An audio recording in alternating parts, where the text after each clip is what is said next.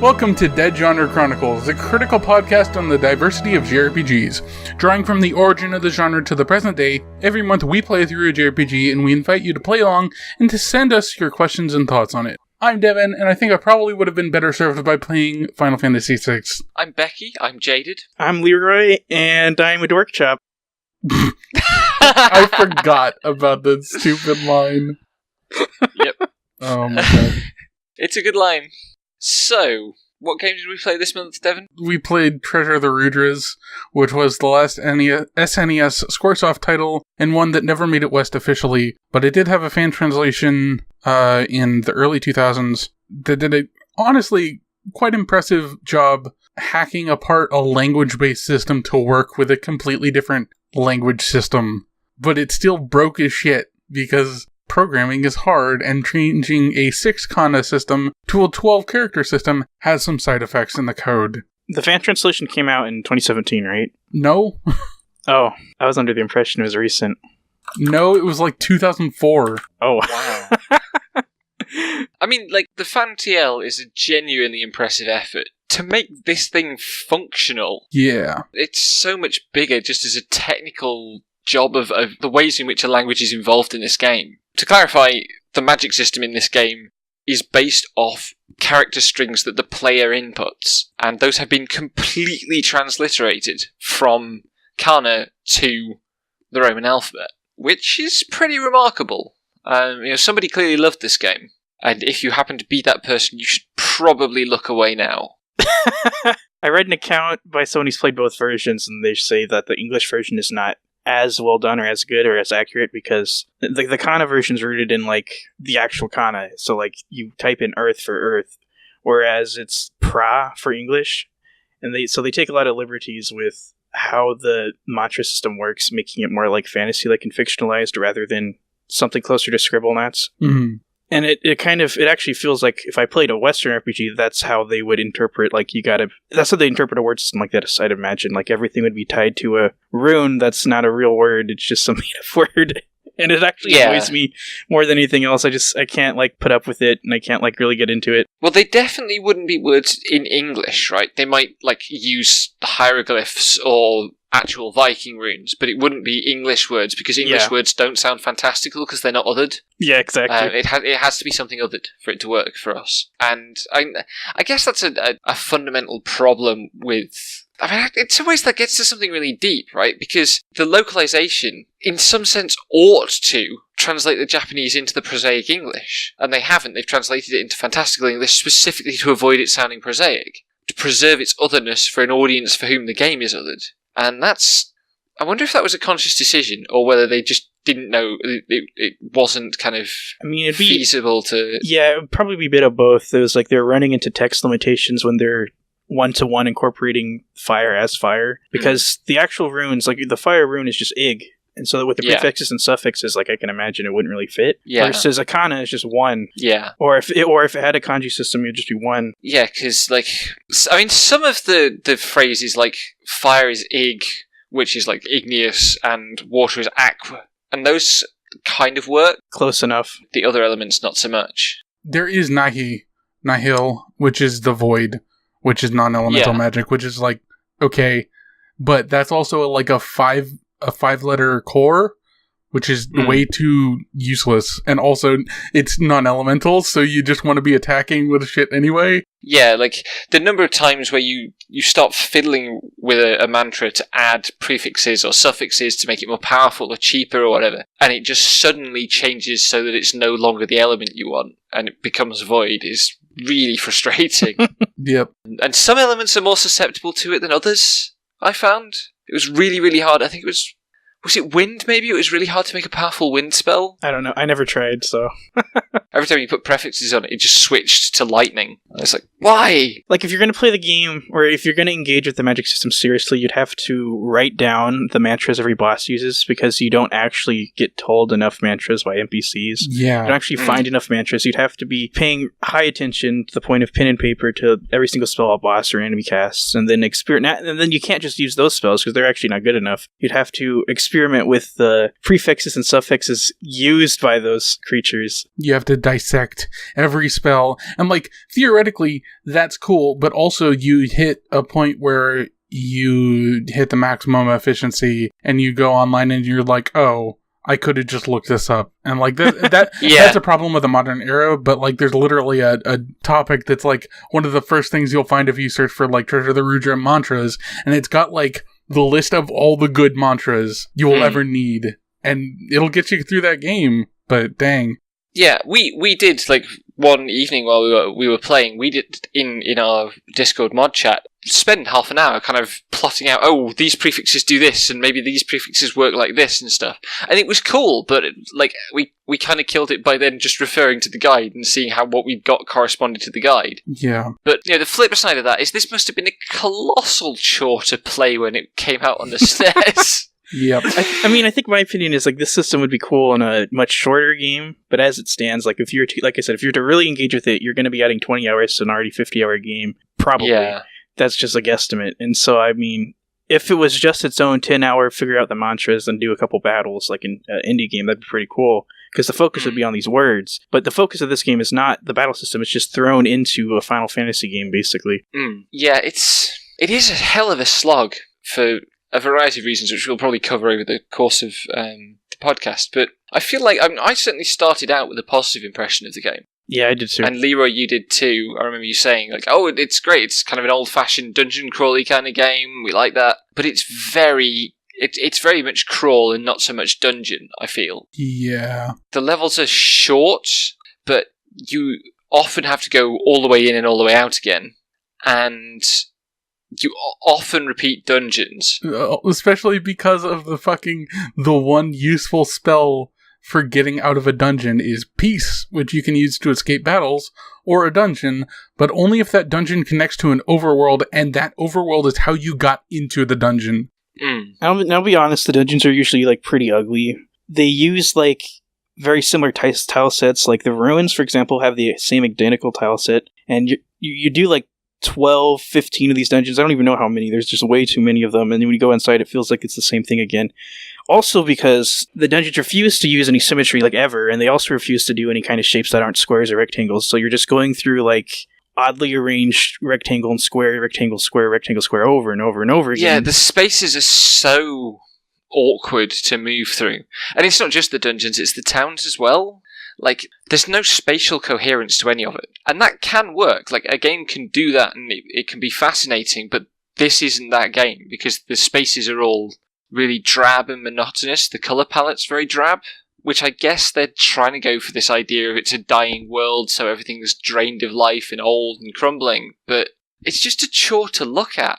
You know, I spent a lot of time kind of leant up really close to my screen trying to tell what was going on. Especially, there's a town, Avdol, maybe, where everybody's been turned into zombies, and there's this really thick blue smog effect over the screen.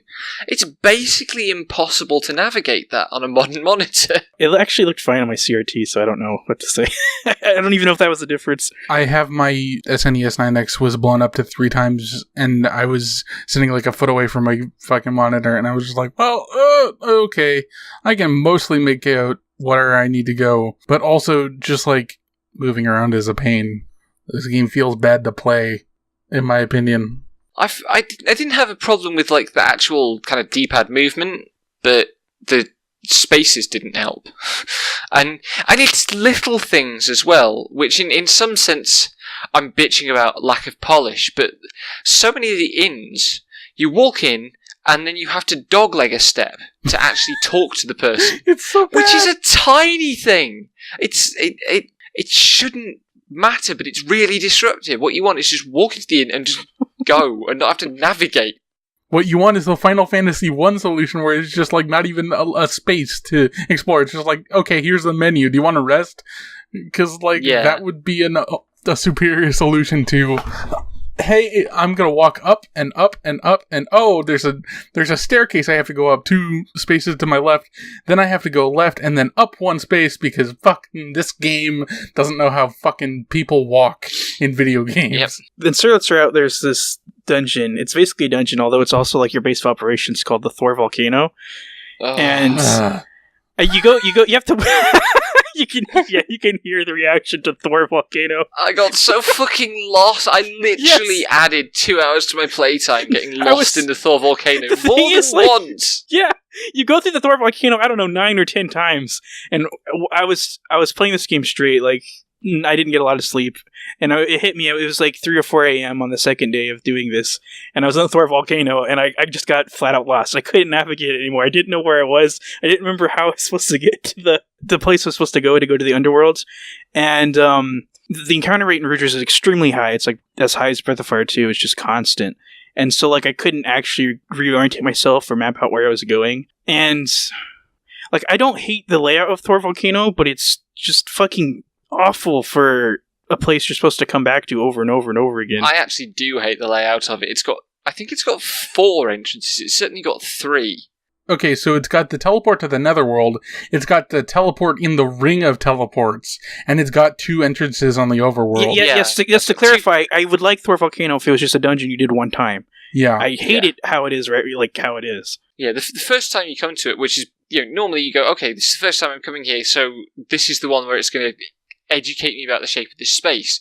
But you enter it by an entry point that you basically never use again, and you do a whole dungeon's worth of traversing, and then you get to the bit that you travel a lot, which is completely different. And it's not just completely different in terms of, like, being a different set of rooms.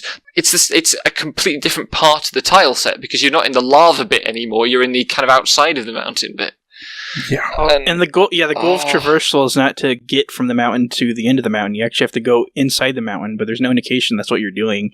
You just have to wander around until you end up in the room with Solon. Yeah. Because conversely, when you played Science Route before, if you did, or if you played Riza's Route before, you go to Mantra Peak, and the goal of Mantra Peak is just to climb to the top, which is usually what a mountain dungeon is. But Serlin's Route is you have to go to the middle of the volcano, but no one in your party communicates that, so I ended up walking to the other side, and I was like, oh, there's nothing here. By the way, can we talk about how fucking mountains in this game just suck in general? And how there's one where you can walk up an entire mountain. The Sterling Route again. There's one where the fucking glacier is unfrozen. You walk up to the top because you want to talk to some people. And then if you go left instead of up, you hit this room that's completely empty. But if you step into the water, you slip and fall all the way down the fucking mountain. Oh god, I never did that. I didn't know you could do that. I was forewarned, but also, like, why the fuck is it there? Somebody deliberately put that in. The best part isn't even that happening, and you have to literally exit the zone and come back in and retrace the entire dungeon. It's that at the bottom, there's a chest with a mimic in it. It's a fucking monster in a box. For your trouble. And mimics in this game are proper mimics as well. They're pretty asshole hard. Yeah. And rare, which is like, that's the way to do mimics if you're going to do them. Catch them off guard, but also, fucking hell, why? that kind of matches. That kind of matches up to like its battle design ethos, where it's just ultra punishing if you don't know what kind of fight you're going into. So at a certain point in the game, I realized it's just actually Megami Tensei. Except with Hindu and Tantric Buddhism mythology instead of Christian mythology. Because the way you approach bosses is the same. You need to know what element they are, and you need to prepare the spells in order to beat that element. And in Shin Megami Tensei game, you need to know what element the boss is and fuse the correct demon in order to beat that element. I mean, that's half true, but as you go, particularly towards the later part of the storylines, there's an increasing number of bosses with no weaknesses. Yeah, that's true. Where you just have to do the Final Fantasy strategy of buff yourself, debuff the enemy, which... No, that's bless the game. The debuffs. Megami Tensei actually has like the same kind of buffs as Rudras too, where they last for 3 turns and they just buff your status, and also you have to do them in Megami Tensei as well. Yeah, literally the best thing. I also I got tired of dealing with all the final boss shit, and I just started cheating, and even then I nearly died like 4 times to the final boss because my cheats were flawed. But like, one of my best strategies was to just fucking berserk one of my own dudes, keep buffing him and keep weakening the enemy while I was healing.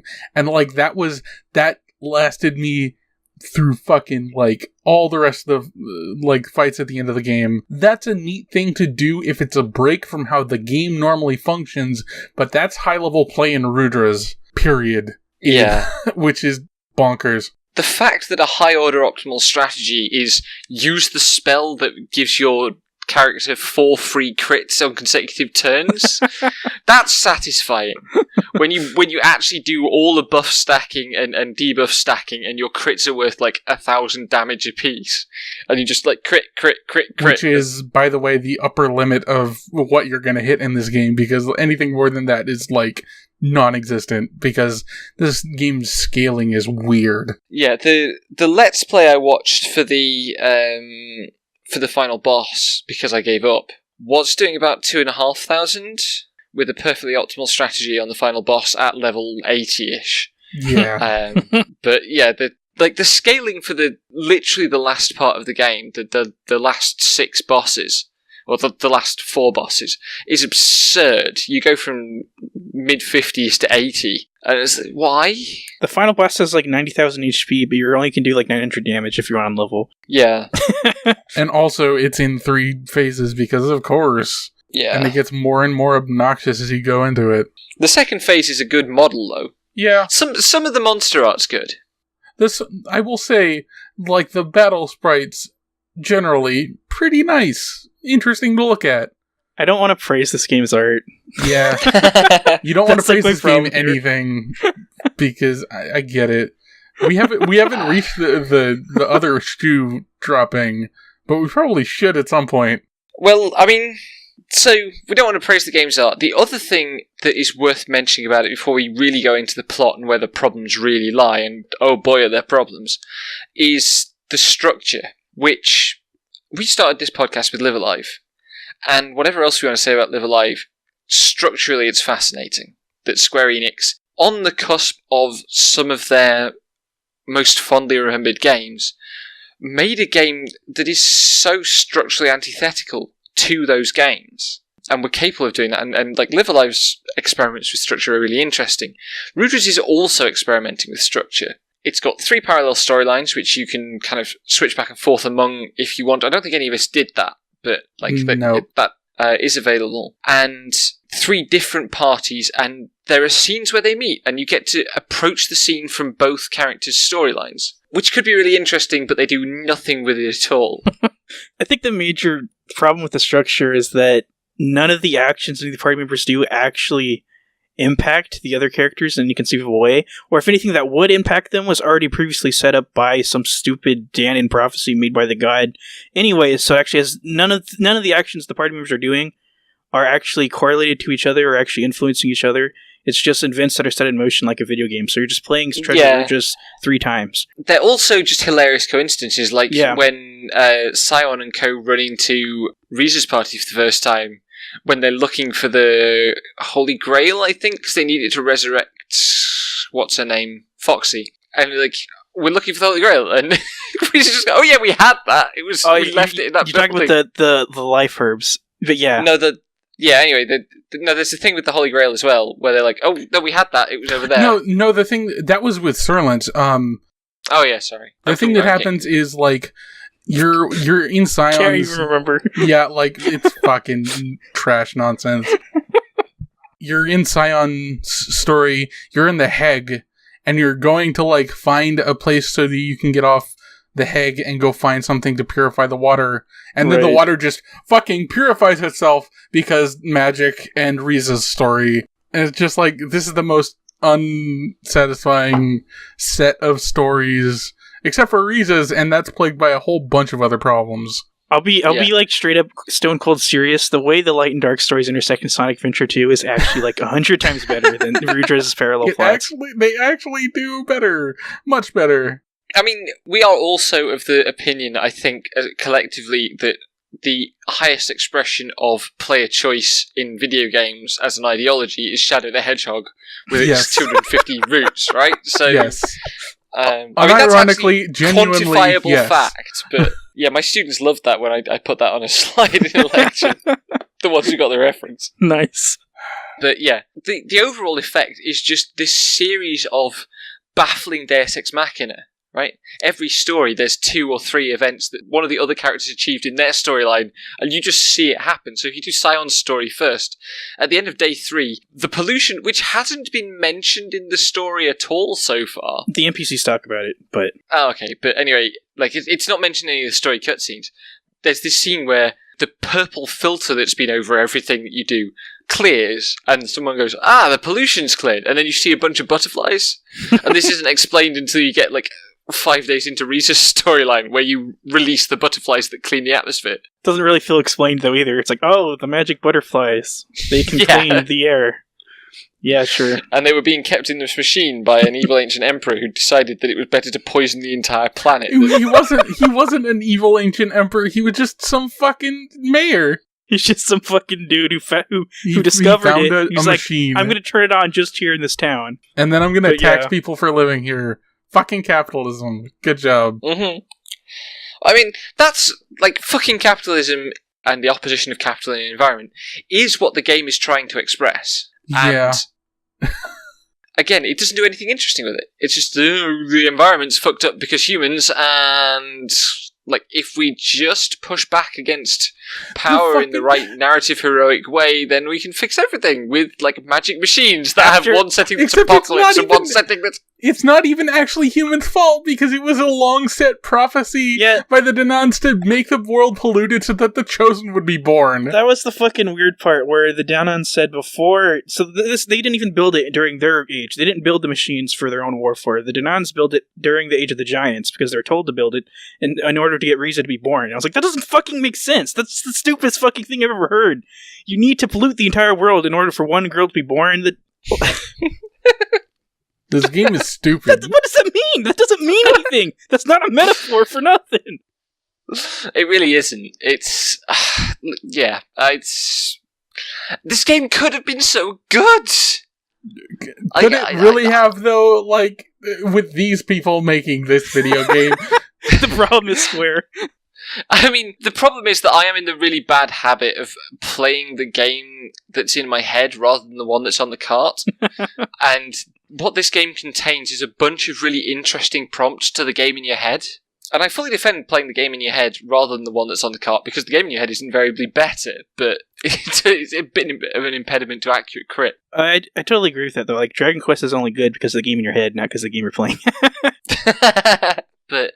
And I suppose the other thing to mention is, in order to give this triple parallel thing some kind of intelligibility as a structure, they break each of the stories up into days. So it's set over a 15-day period before the end of the world, and you go through the days. But there's no ludic consequence to the days at all. The days are completely arbitrary lengths.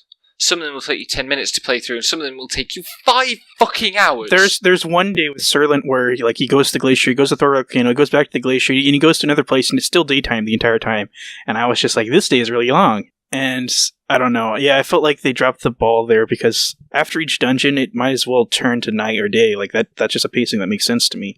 Yeah. But they're just like, eh. Scion's story kind of starts out with it really strong, because you do day 0, and it's like Scion getting signed up for this tournament kind of event. It's not clear what the event is really, but then each of the next 3 days you have to do that day's match as kind of the peak of the day.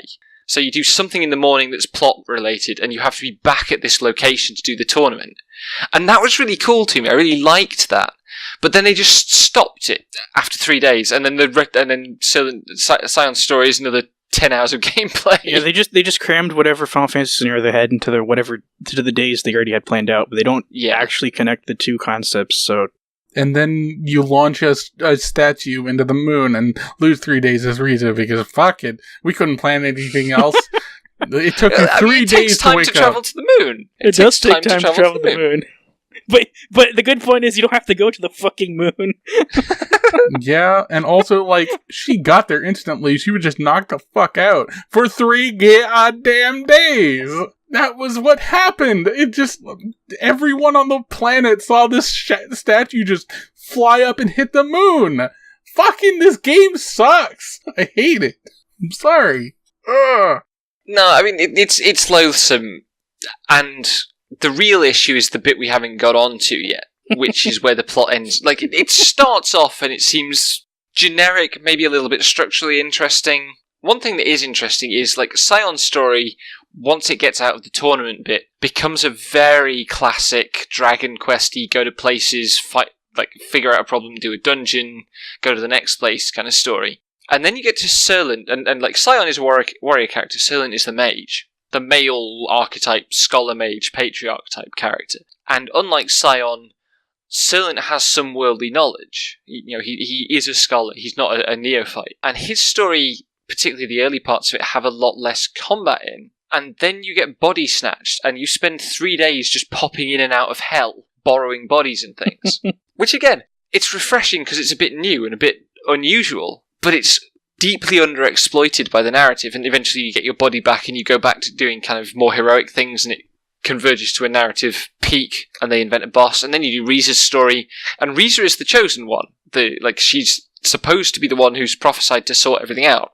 And it's interesting to play in that role, kind of, but everything is resolved by the fact that nobody, when you turn up and say, yes, I'm the chosen one, you've got a bloody great big stone in your forehead, which is kind of convincing.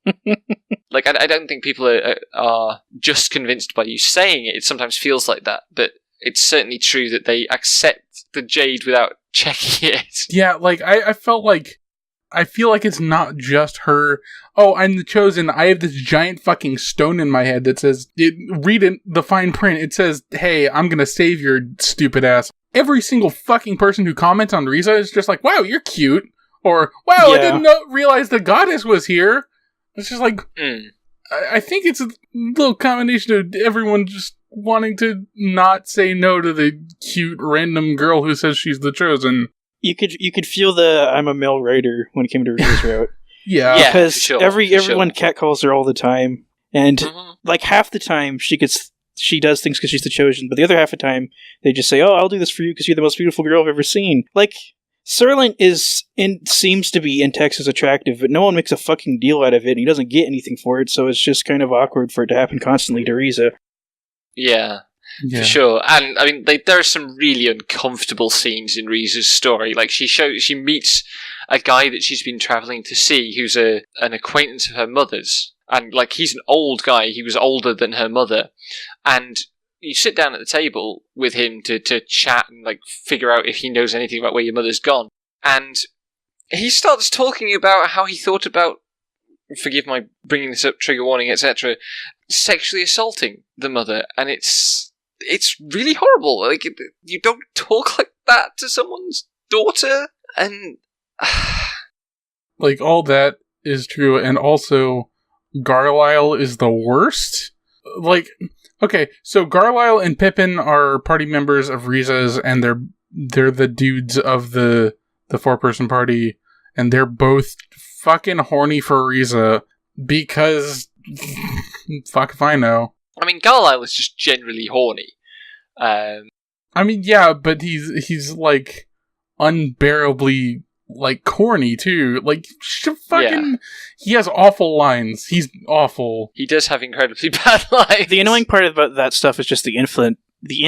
I can't say the word, but infantilization of Riza. Because that's actually a very normal RPG trope where usually it's a male lead who has 2 female party members who fight over the affections of the lead. But they don't treat the male lead as like some kind of child or someone they need to protect or someone they need to... when they're fighting alongside them, right? But that's something that just inevitably happens to Riza. When it's a male protagonist, it's a contest over their agency. Right. The female characters will be portrayed as trying to persuade or manipulate, whereas like Garlisle just owns... Basically, like, it's a property relationship. Yeah, Garlisle is, I guess, I mean, sometimes I have really strong reactions against characters like that. Garlisle, I just numb to it now. It's just, yeah, of course he's a total asshole. Just unexceptional, so I don't know. I can't really read a lot into any of the characters. Yeah, it's true. The only thing that I can read into characterization is the fact that in the end, when they're on the moon and all the party members are being, like, tempted by their supposed romantic prospects, fucking Sion is, like, seeing Foxy, which, hey, let's talk about the fact that there's a lady named Foxy. Let's not talk about Foxy. I had a dog named Foxy. That's not a good name for a character, sorry. And then, like, fucking Riza had an illusion of Garlisle trying to tempt her away from doing her duty. And then fucking Serlent had, like, Legan? Oh, yeah. And it's just like, I get what you're going for, but that sounds, like, really, really gay, what you're doing right now. And I don't think you meant it to be. Well, I think that... I kind of got the impression that Serlent was gay in the first place, but that was just my own impression. My own headcanon. I mean, ironically, it ends at the least toxic relationship out of them, though. Yeah. Because you can tell that the writer doesn't want to write a gay story because it makes them uncomfortable. It's just like these two guys are actually really close and friends. matter a lot to each other. And then you just buy into the headcanon, right? You go, oh, they're gay, and sure, they get the gay moment, but it's actually respectful, and they're equals in their relationship and devoted to one another, and yeah, great, let's have more of that. But unfortunately, that only happens because they're both men, and they don't want to make it explicit. Yeah, it's definitely an accident, and also it lasts about 10 seconds. That moment was just like, you don't know what you're doing, and I can tell because that's gay. If you knew what you were doing, you would have been too cowardly to do this. Yeah. I'm glad you didn't know what you were doing, so I'm going to have 10 seconds of respite from this bullshit. Yeah, let's just put Sion and Foxy together, two people that didn't really, like, there wasn't fucking chemistry. There was no chemistry. There was definitely an attempt to write chemistry. Yeah. There is an investment in kind of trying to portray that in the story, but it's just bad. Right? And then Reason Garlisle is just like, no, fuck off. She deserves better than that for saving the fucking world. Holy shit. So, just, so what, who's gonna drop the other foot? We need to get to this fucking final point. I have like a rant, but it's just based on the final point. Do it. Okay. Well, okay. So, like, my disclaimer here is my approach to criticism, like on this podcast or outside of it, is like, I would say I have a pretty decent sense of when something doesn't work, but I usually let those things go because, like fuck it if I ever do the things I'm supposed to do right. So I'm not going to hold someone's creative work to a standard I wouldn't meet, and I'm not going to hold creative work to a standard above or outside, like, compassion, empathy, or forgiveness. So, like, that's especially true for formal and structural stuff. I usually go, yeah, whatever, it's screwed up, but it has a good message, or I felt good. It felt nice playing it. It was comforting. And that's why I'm going to say that, like, that radical compassion does not extend to things that are reactionary or things that undermine life. Like, I think reactionary art cannot be tolerated by any degree. It can't be forgiven at surface, because even if there are good ideas in Rudras or there's stuff to marvel at, like, that marvel is the problem. Because, Treasure Rudras is one of the most ethically, morally off-putting games I've played for the podcast. I mean, can y'all think of one worse? I mean, we just removed one from the schedule, but I mean, genuinely, no. We did a read of Suikoden 2.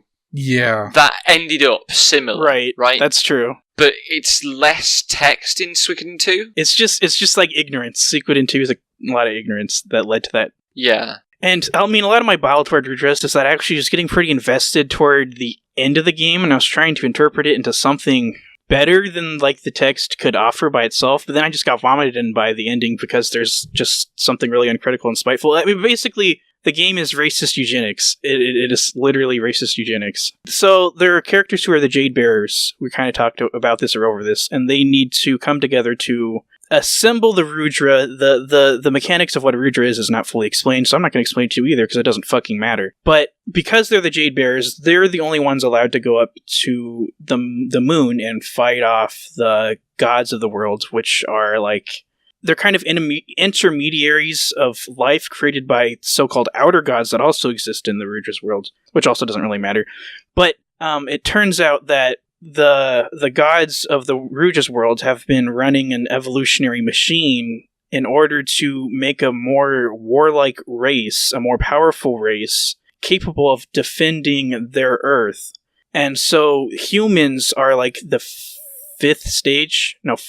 I don't know. Fifth. They're the fifth stage in this survival of the fittest, in this evolutionary progress that they've been accelerating and forcing by genociding the last race in order to propagate the next race onto the Earth, and again and again and again. Which puts it obviously makes these gods out to be a villain, and that's why you go up to the moon to kill them. But the problem is that once you defeat, like, the boss, they're happy that you defeated them, because this was their goal all along. And the party also buys into this. Serlin even says words that go to, so in the end, humans are the most superior race, or something fucking stupid like that in the text. And I mean, in so many words, Rudras was a beautiful, gorgeous game, but, like, what does all that amount to? It amounts to an allegory toward eugenics and racial supremacy, and I don't think you can separate those things. Like, Treasure of Rudras asserts that this journey to gather power in this racial context was a horrifying yet beautiful thing. That's just fucked up. I mean, like, so I guess there are reasons to dismiss the lore and just say this is what it means. I think it's worth kind of contextualizing it a bit. Not because I think it gives any excuse, but because it shows how pervasive the idea is. So this sets itself out as a game about the end of the world.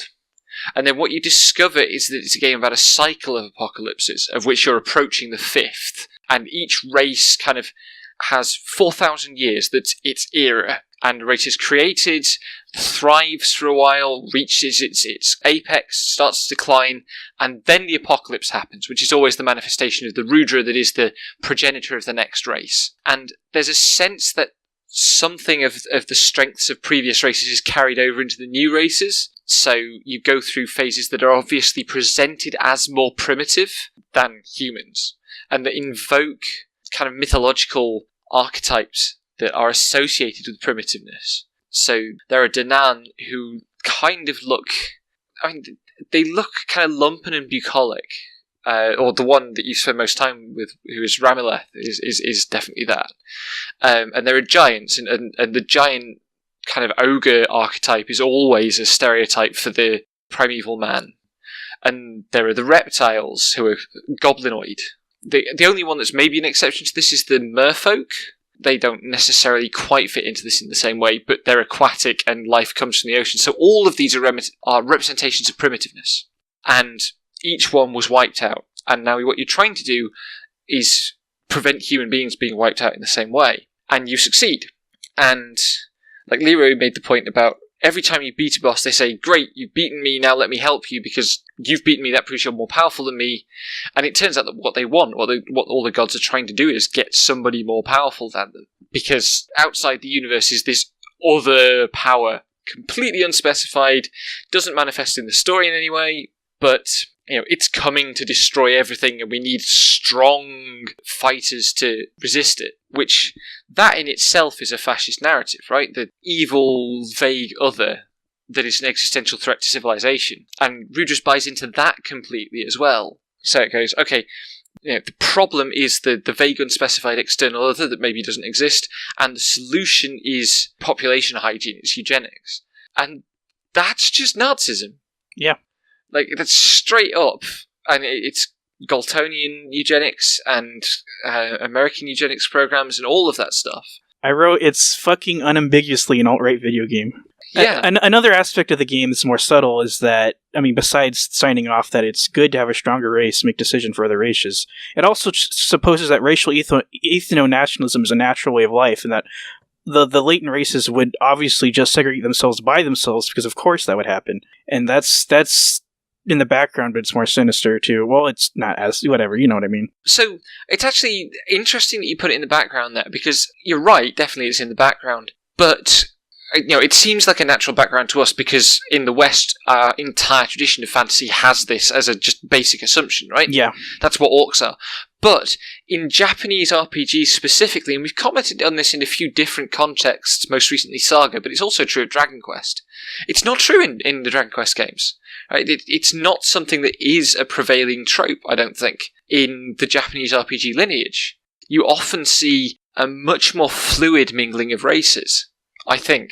Correct me if I'm wrong. Well, or at least just people from other towns going to other towns when they're just all the Dragon Quest country race, but yeah. So, I do wonder if it would have been perceived quite as insidiously whether it would have been quite as subliminal in its original context.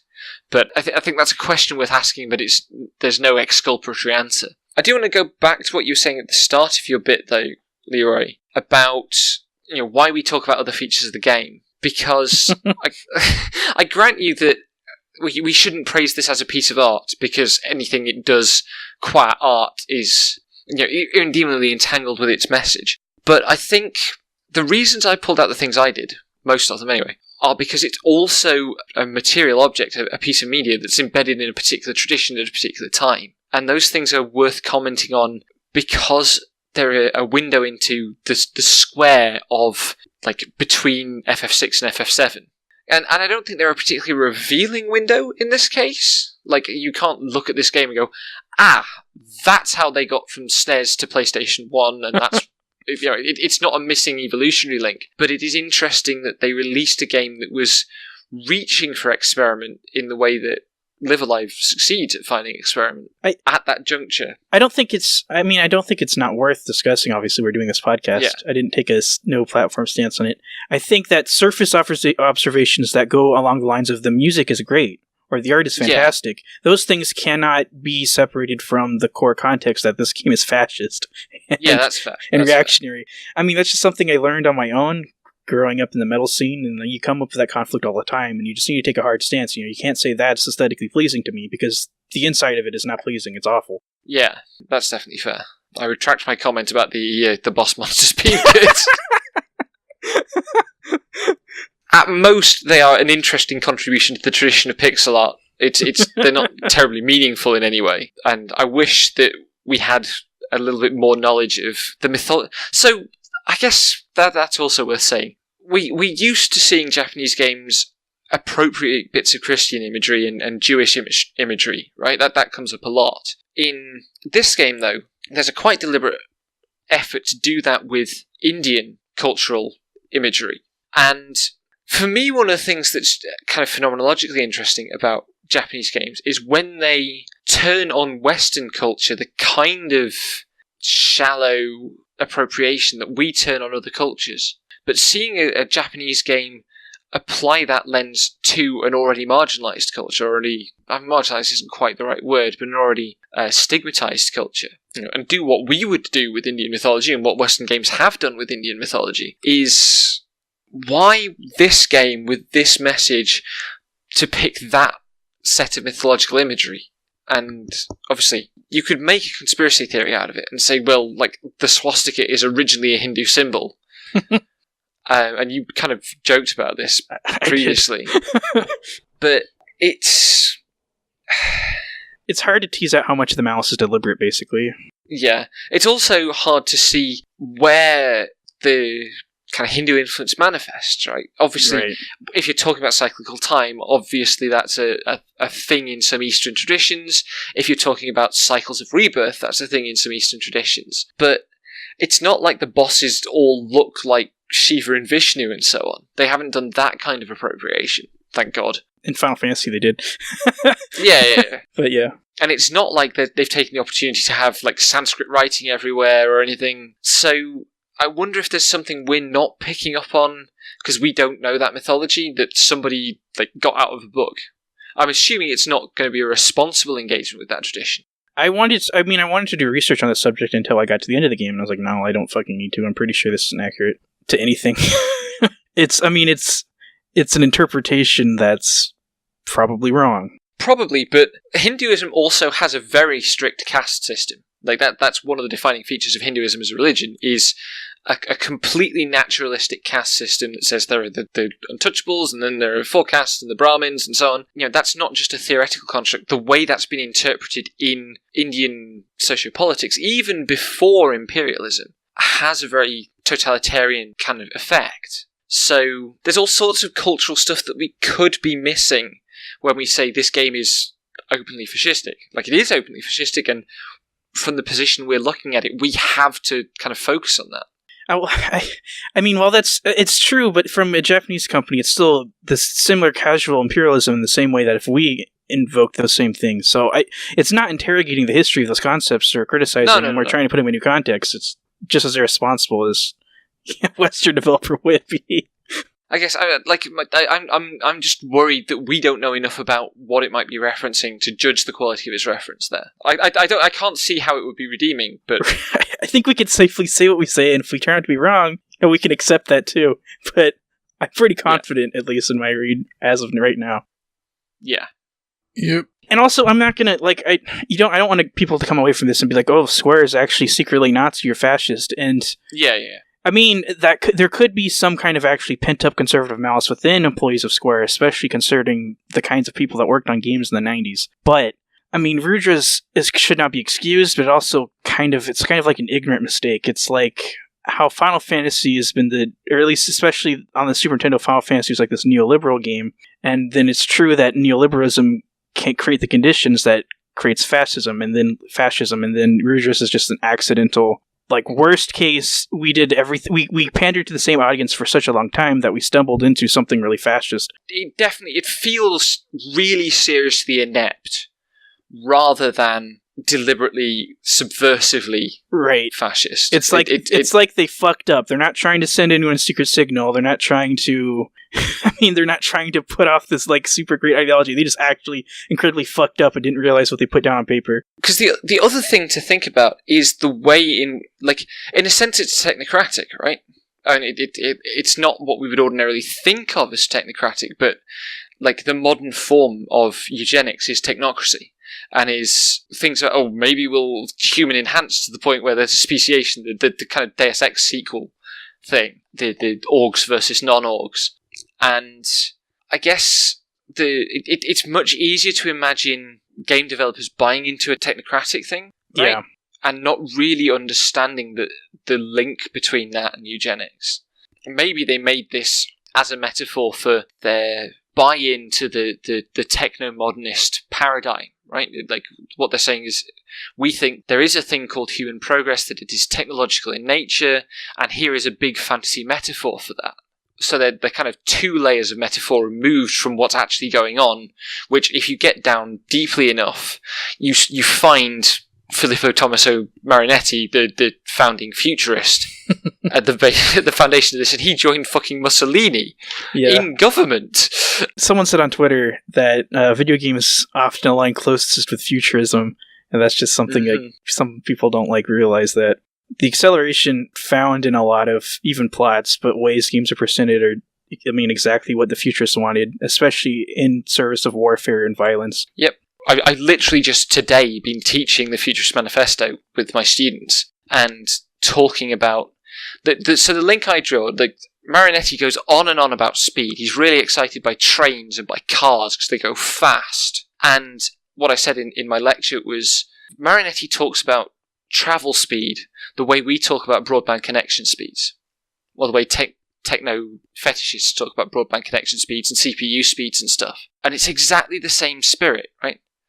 It's new and exciting because it's faster, and will rationalize why speed is exciting in terms of, we'll be able to connect more fluidly with other human beings. And you can actually see the same thing with the industrial modernist in the 19th century. What's exciting about the factory is it's faster, it produces more stuff, so less labour is needed, which will be liberating somehow, except that there's a load of disguised labour in actually operating the factories.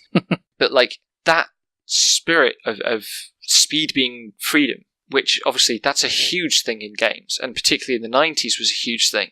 We can plumb the psychology of the mistakes that lead to this game. In some ways, it's interesting that you start off with something that's fundamentally fascistic in Futurism, and you bury it in these metaphors about technological progress, which then inspire a bunch of technologists to start making mythological metaphors for it, and you come back round full circle to something that's openly fascistic, but where it's clear that its own creators don't recognise it as such. And I guess, pause, jazz hands, treasure of the Rudras. Yeah, basically Rudras is fascinating, just like Bioshock Infinite is fascinating.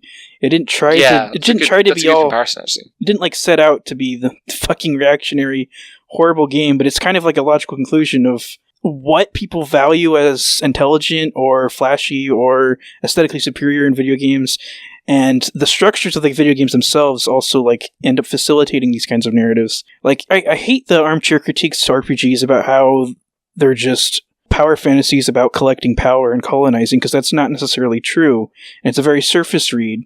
and it denies the agency of the person playing and interpreting the game. However, it is completely and utterly true about the game Treasures of Rudras, because those values are still embedded in like the neoliberal freedom and the desire of, or the expression that, more or better graphics is power, and it's default better and it's de facto better, which is accelerationism or futurism. And those things are related. If you don't think about them, if you're not aware of them, you can fuck up really bad. Yeah, but then that makes the mantra system really interesting, right? Yeah, the mantra system. Because the mantra system is a get out from that. You don't have to earn any power, provided you know the mantras. If you know that Car Megami... Is it Car Megami is the one that's... No, there's a Megami variant, which is 1 MP for 200 HP worth of healing. Oh, I don't know it. For your entire party. And you can use that from day one. It might be of BB, any storyline. Actually, it might be BB Left Night In or something like that. No, there's a few different ways to make 1 MP cost heal all spells, but this particular Megami one is it's just really powerful. It's endgame quality power, but it's 1 MP, which means that anyone can use it at any point in the game. You're never in danger if you have that spell, provided you've got anyone with a magic point left. And honestly, it's the way to get through the game.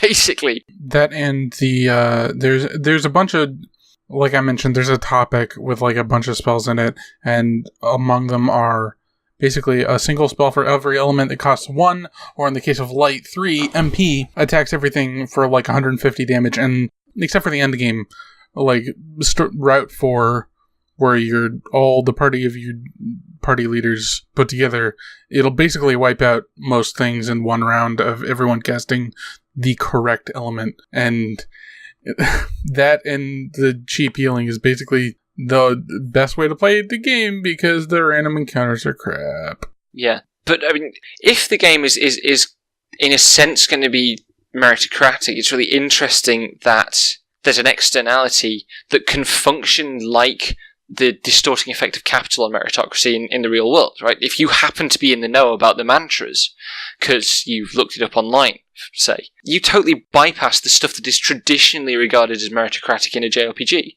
because you don't actually need to level up, because it doesn't make any difference, because leveling actually makes minimal difference to spell damage. It just gives you more MP. In the text, though, the people who are good at mantras are just scholars, and it's just people with education. But that's obviously not how the system's implemented, because it's just based on the player's knowledge.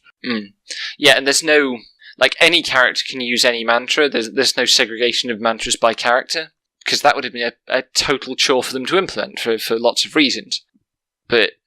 Also, you can, if you're feeling like a cheeky lad, you can just put in words that are funny and make kink shaming a 39 MP fucking holy spell that doesn't do shit for damage. That's a sad part, actually. I would have liked more leniency with mistakes and make them sort of useful. So you can cast poop, right? I want to cast poop at my enemies. But they don't let you. Did anybody try JRPGs? No, I didn't try. No, we were talking about trying JRPGs. I put in JRPGs are dead, and that was an Attack All Earth thing that I was never going to fucking use, because Earth is a useless element, except if you have to defend from it. Imagine casting the mantra, JRPGs are dead!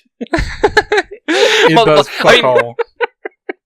What's really interesting is that spells have animations, right? And there's a weird assortment of spell animations, but my favourite one was Bepa Igrex, which is a single target efficient fire damage spell, which for some reason just prints the text in sparkly pink capital letters and zooms it across the screen. Actually, when I casted Love, that's also how Love was rendered, and I thought that was funny.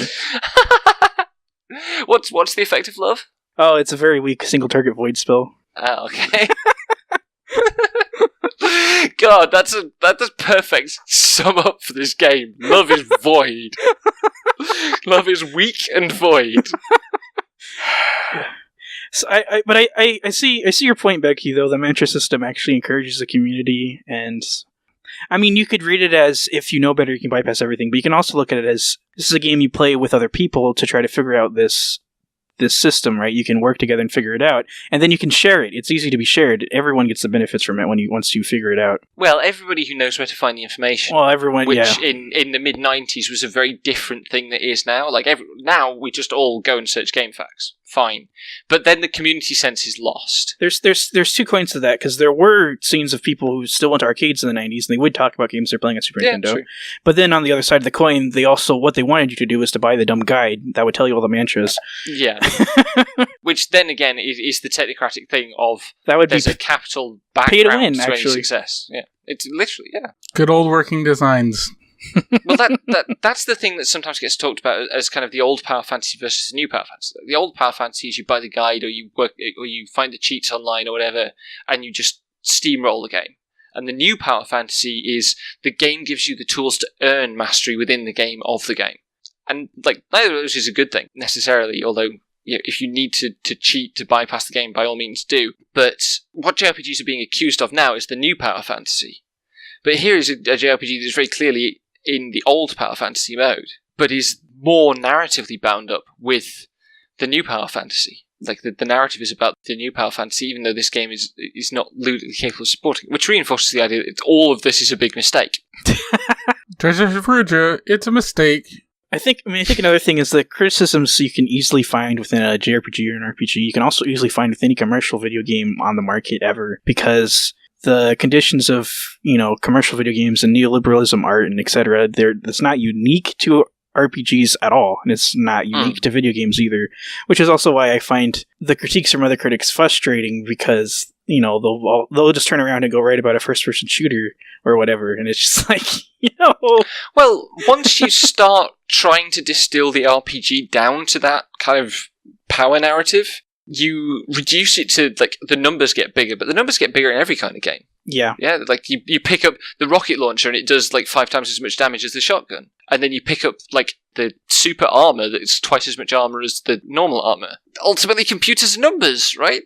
Yep. The numbers are going to get bigger over time. You don't have to do it that way, but for a commercial game, it's like the most obvious shorthand, or it's actually what the market or what the audience wants from their games as well. Well, it expects maybe more than once, but yeah. I wrote a thing about this before this podcast was started, about abstraction and how JRPGs are basically, well, I wouldn't stand by this, but I wrote at the time that they're basically codified by being able to see behind the math curtain a little bit.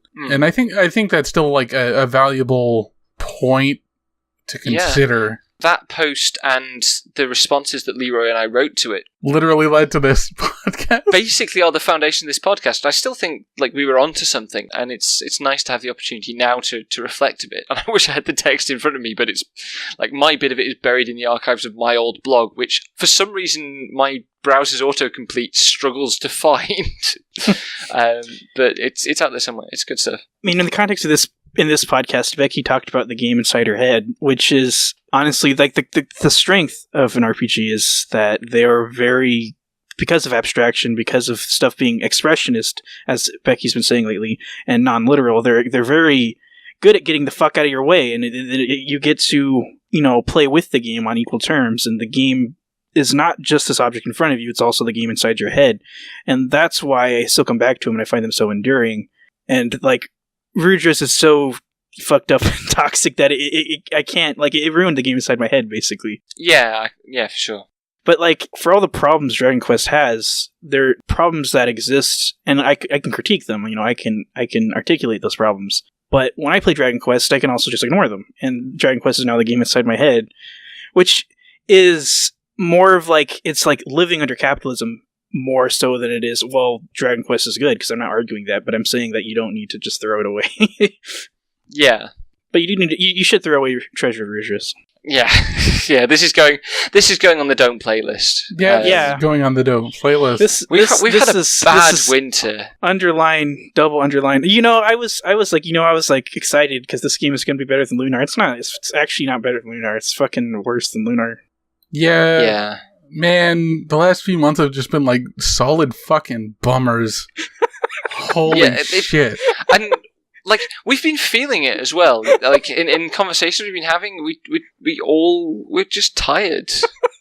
Yeah, it And was like I hope we had that life things- happen and also all our games were shitty. I couldn't even remember what we played last month, but I just remembered Luminous Luminous Arc. Arc. That's the Yep. best game we played, and it's fucking Luminous Arc. Yeah, so it was Rudras, Luminous Arc, Luna. Was it Saga before that? Yep. Yeah, I've played Saga before. Saga so was interesting, at least. I've played Saga but- before, so the impression is like not that big on me, I guess. Lessened. Yeah. Yeah. And then before that was Golden Sun: The Lost Age, which I'm the only one who liked, and I bought Dark Dawn, so I'm into that now. I And have a then new appreciation for Golden Sun, but it's just like I liked the first one. Lost Age, I didn't really agree with. Golden Sun's a fucking fever dream, and it's not aware of it. Okay, this is basically the end of the year episode now because we're so broken by Rudras. I mean, kind of. It's well, we got a bit of a swing for next month. Maybe not in quality, but in style. I mean, I fully expect Shadow Hearts to be some kind of bullshit, but It's some kind of bullshit. Just like I've played the first half hour on stream on Sunday night. It's some kind of fucking bullshit. I like Gothic games, and I can put up with some kind of bullshit. At least it's stylish. That is one word for it. We have one question from the audience, from Flex Stevens. Where did this game's awesome battle themes rank relative to other games you've played? I played it silent. I played it Can't on comment. Turbo. Can't comment. Yeah, I'm just gonna avoid saying the music's good because I don't care. Yeah. Sorry, Flex Stevens, but I just don't want to talk about that game on that level. I don't. It does not deserve that much respect. Yeah, I explained myself. Like that surface appreciation just doesn't work for me anymore. It just won't click. It won't turn on. So, we've got like 6 months left of the... Fucking, been doing this podcast for 2.5 goddamn years. Holy shit.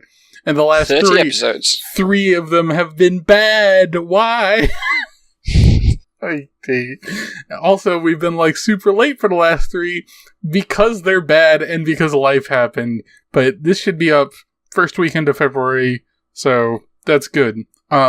Yay. Next month, we're going to be taking a look at Shadow Hearts, a PlayStation 2 game developed by Nautilus, then Saknoth, a company founded by Hiroki Kikuta, the composer on Secret of Mana, and staffed by former members of Squaresoft.